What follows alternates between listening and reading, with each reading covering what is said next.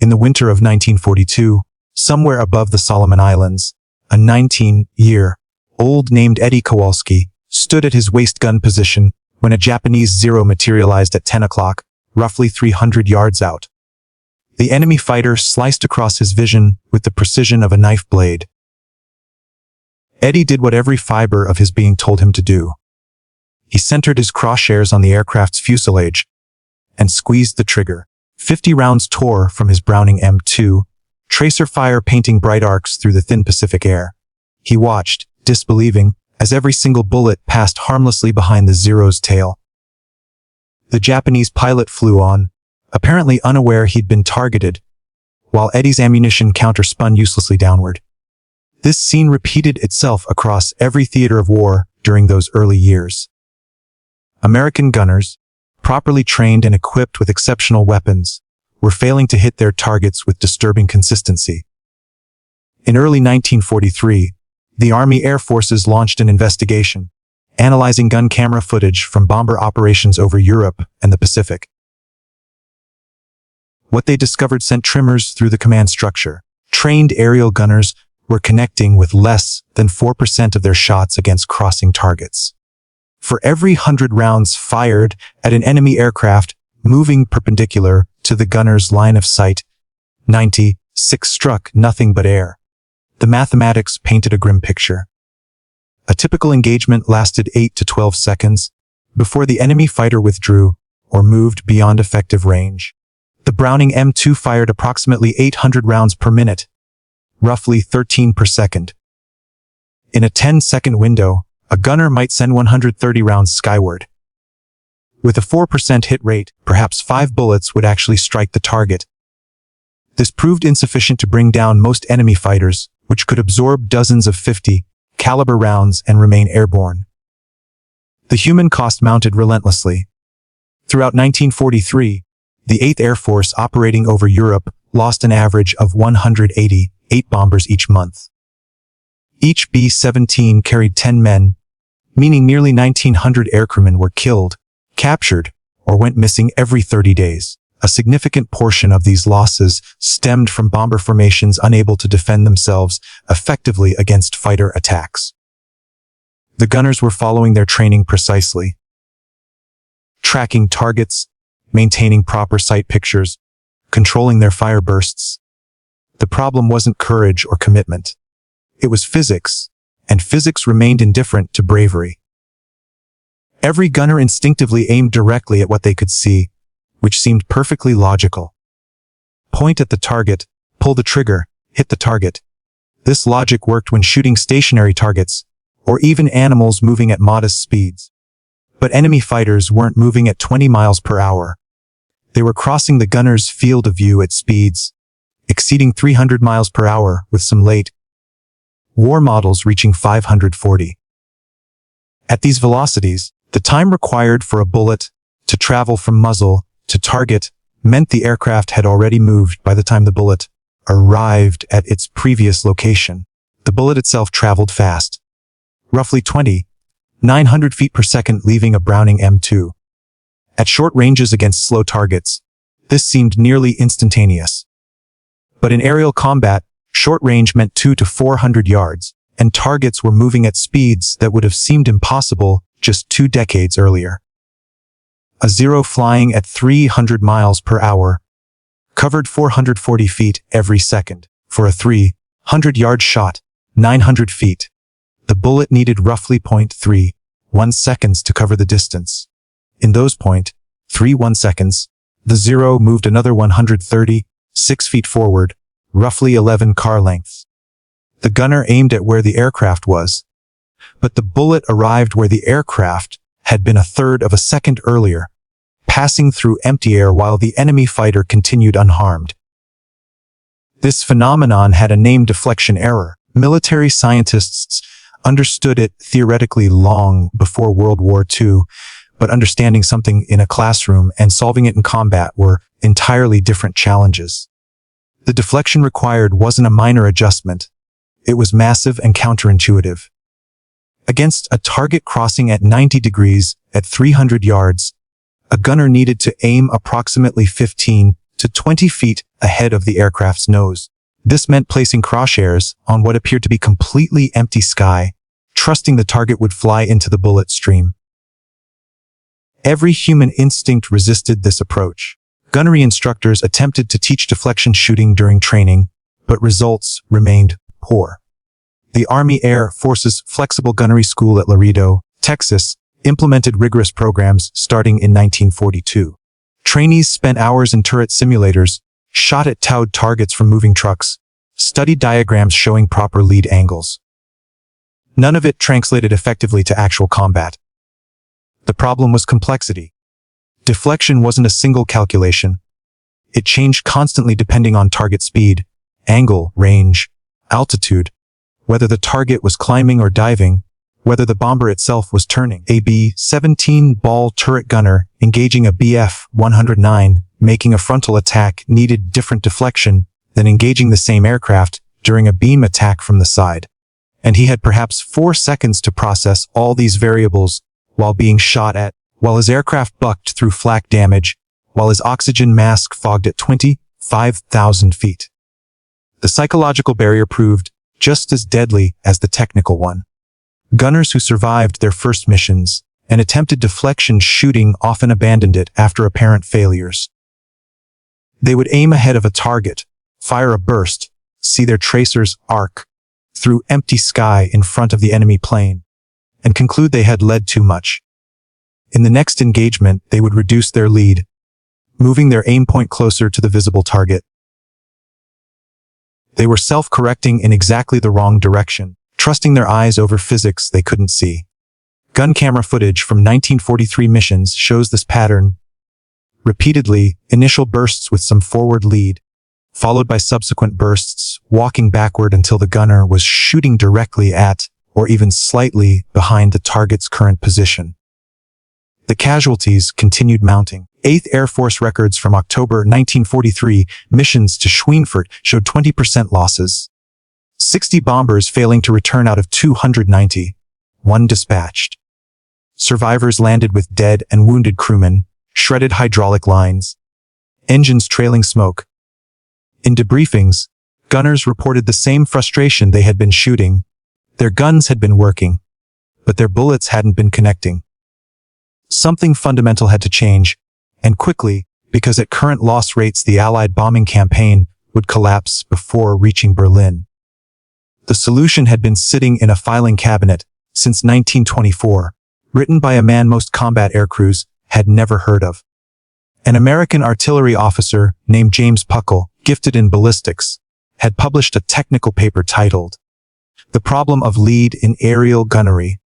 While serving as an instructor at the Army's Field Artillery School, Puckle had served in France during World War I, witnessed the first attempts at air-to-air combat, and recognized that aviation speeds were about to create a targeting crisis traditional marksmanship couldn't solve. His paper laid out the mathematics with brutal clarity, demonstrating that as aircraft speeds increased beyond 150 miles per hour, required deflection angles would exceed human intuitive capability.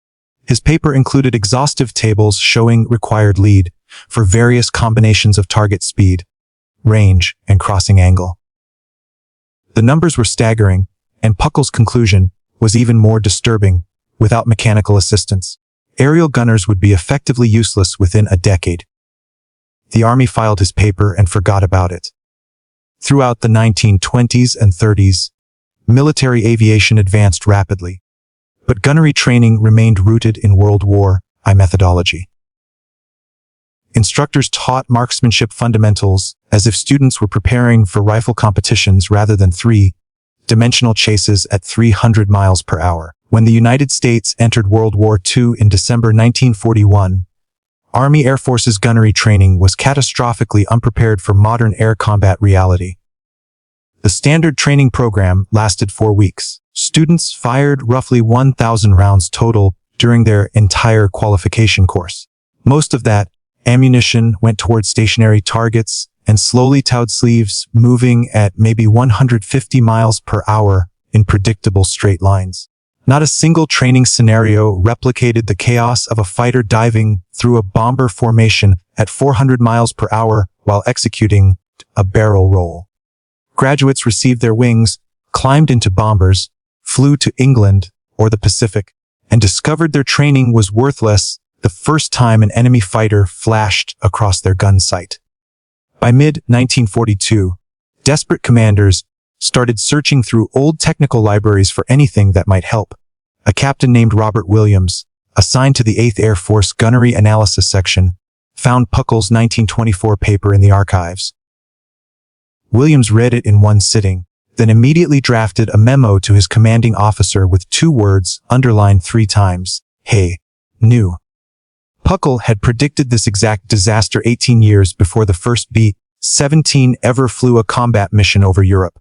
His calculations were still accurate. His warnings had been correct. And hundreds of American aircrewmen had died because nobody had listened. The question wasn't whether Puckle had been right. The mathematics were indisputable. The question was whether anything could actually be done about it. Training gunners to consciously calculate deflection angles while being shot at seemed impossible. The human brain couldn't process trigonometry at combat speed, but if conscious calculation wouldn't work, perhaps something else would. The British had already started finding answers, born from the same desperation during the summer of 1940. RAF Squadron 609, flying Spitfires, faced a gunnery crisis that mirrored what American bombers would encounter 2 years later.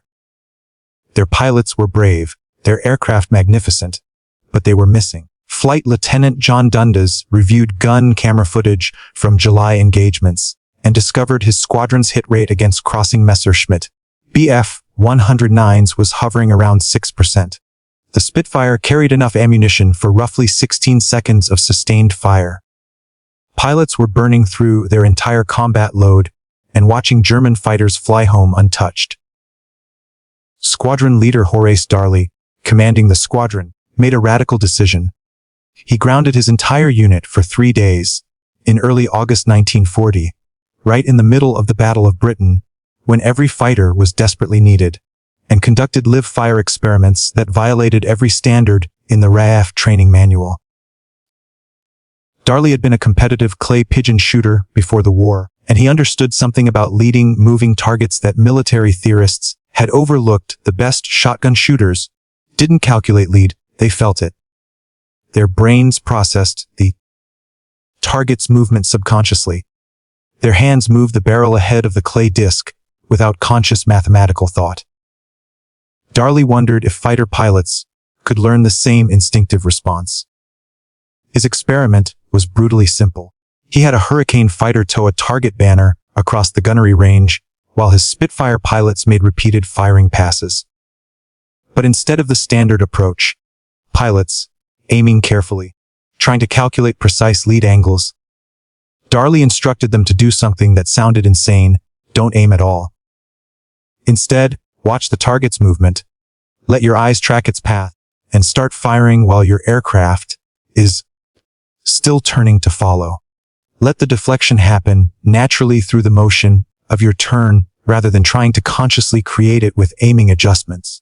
Fire into where your instincts say the target is going, not where your eyes say it currently is. The first attempts were disasters. Pilots missed the banner by 50 feet, their bullets stitching patterns across empty sky. But Darley made them repeat the exercise again and again, 40 passes each over 3 days. No lectures about ballistics, no trigonometry, no tables of deflection angles, just repetition with one simple instructions. Fire while you're still moving, not after you've steadied on target. By the 3rd day, something remarkable happened. The pilots' hit rates began climbing. They went from 6% to maybe 12%. Not dramatic, but that doubling meant twice as many bullets hitting German aircraft, which meant twice as many kills or twice as many damaged enemy fighters returning to base unable to fly the next mission. Darley documented his results and submitted them to Fighter Command Headquarters on August 18, 1940. His report included a crucial observation: the pilots who improved fastest weren't the ones with the best peacetime marksmanship scores. They were the ones who could suppress their instinct to aim carefully and instead trust their peripheral vision and motion sense.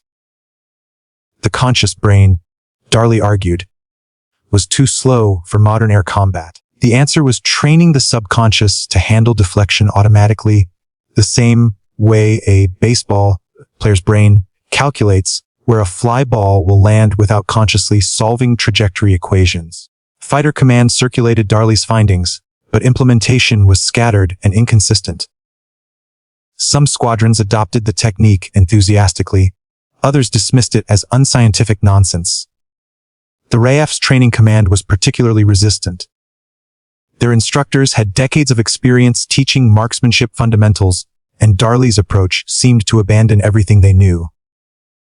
But combat results didn't lie. Squadrons that embraced motion-based deflection shooting showed measurably better kill ratios through autumn 1940.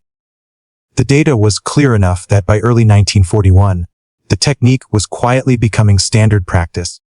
Even if official training manuals hadn't caught up yet, American military observers in Britain took detailed notes on Darley's methods, but the United States Army Air Forces faced a different problem. Fighter pilots could potentially learn instinctive deflection through repetition, but bomber gunners couldn't. A Spitfire pilot controlled his entire aircraft, using motion and angles to create natural lead.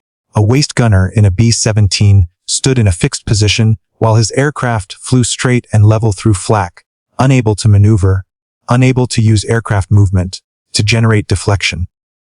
He had only his hands on the gun and his eyes on the target. If conscious calculation was too slow and instinctive motion wasn't available, the solution had to be mechanical.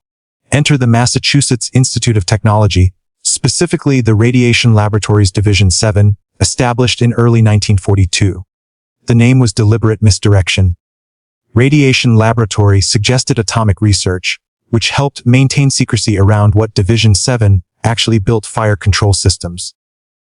The division head, Dr. Charles Stark Draper, was a 40-year-old engineer who had spent the previous decade developing gyroscopic instruments for aircraft navigation.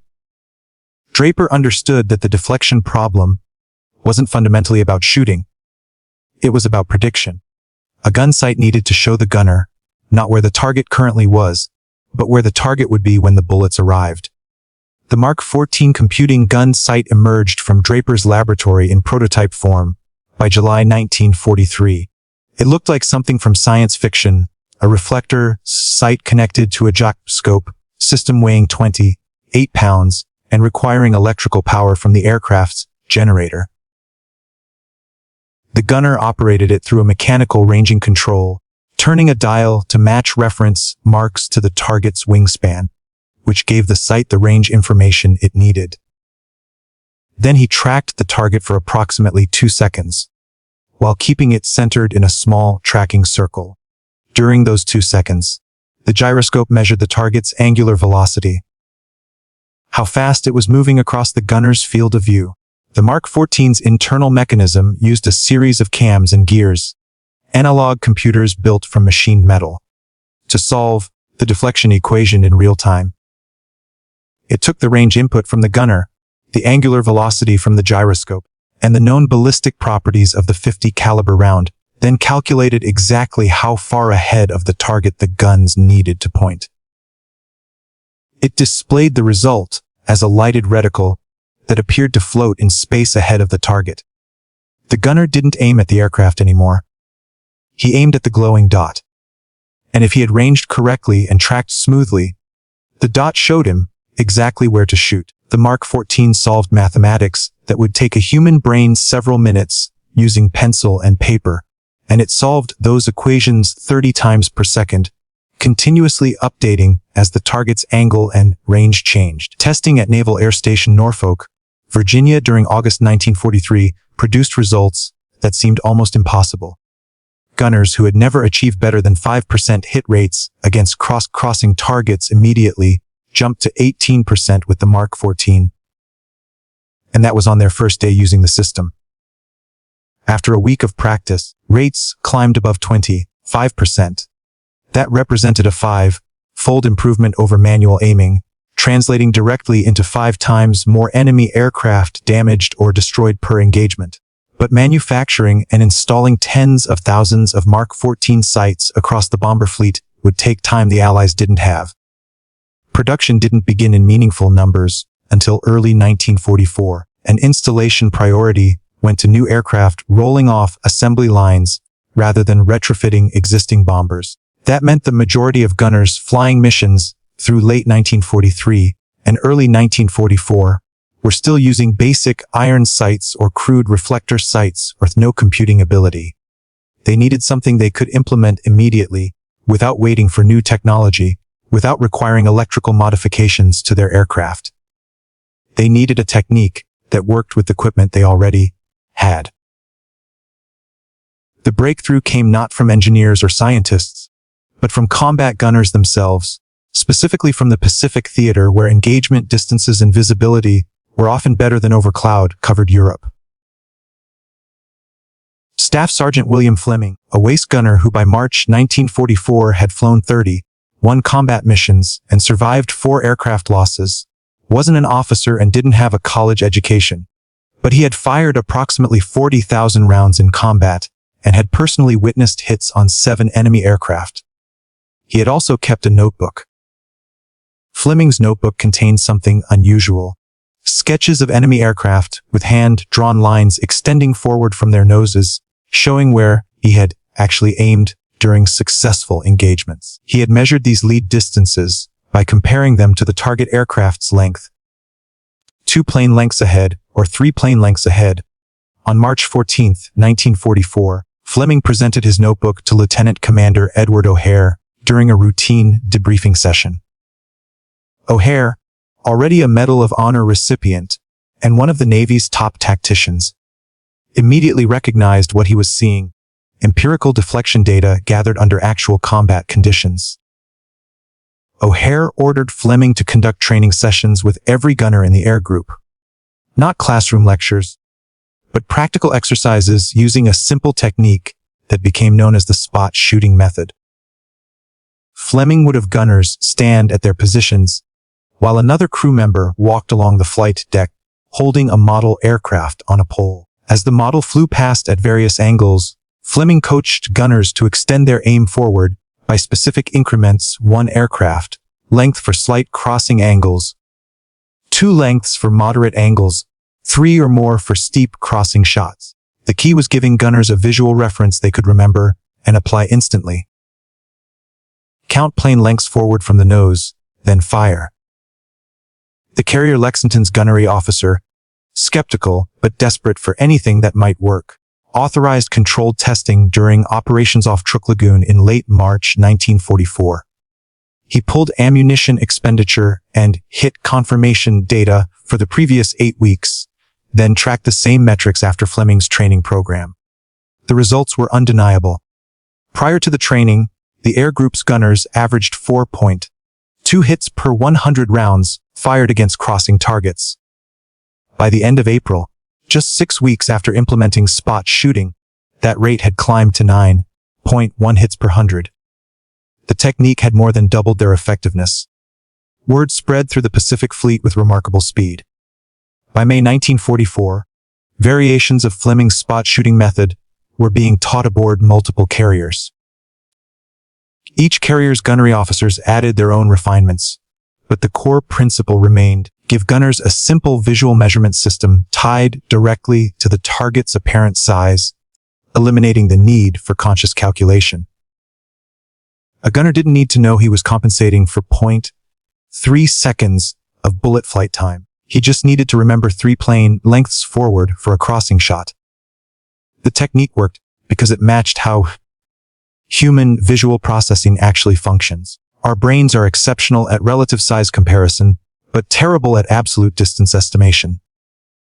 Asking a gunner to lead by 50 feet meant nothing when he had no reference for what 50 feet looked like at 300 yards distance. But lead by 2 plane lengths gave him an immediate visual standard he could apply without thought. The zero he was tracking provided its own measuring stick. He just had to extend that measurement forward into empty space. The Army Air Forces adopted similar training protocols by mid-1944, though they called it radius of action shooting. Technical manuals started including illustrations showing proper lead distances expressed in multiples of target wingspan or fuselage length. The 8th Air Force Gunnery School at Lavenham, England rebuilt their entire training program around the technique during June 1944. Mission loss rates, while still significant, began declining. July 1944 showed 3.4% bomber losses per mission compared to 5.2% the previous October. That difference represented hundreds of crew members who flew home instead of dying over Germany. But knowing the technique and executing it under combat conditions remained two entirely different challenges. The human brain, even armed with the spot shooting method, still fought against itself when the shooting started. Psychologists embedded with the Army Air Forces documented this phenomenon extensively during 1944 interviews with returning gunners. The issue wasn't knowledge. Gunners could recite proper lead distances perfectly during debriefings. The issue was that conscious knowledge evaporated under stress, replaced by primal instinct that screamed, "Aim at the threat." Captain Harold Klein, an Army psychologist stationed at Bovingdon, studied this response through analysis of gun camera footage paired with post-mission interviews. He identified a pattern he termed threat fixation collapse. Gunners would start an engagement using proper deflection, but as the enemy fighter closed and perceived danger intensified, their aim point would progressively drift backward until they were shooting directly at or even behind the target. Klein's data showed this collapse happened fastest during head-on attacks where closing speed between bomber and fighter exceeded 500 miles per hour and the gunner had perhaps 2 seconds before the enemy opened fire. Under that extreme stress, rational technique dissolved into pure reaction point at the scary thing, pull trigger.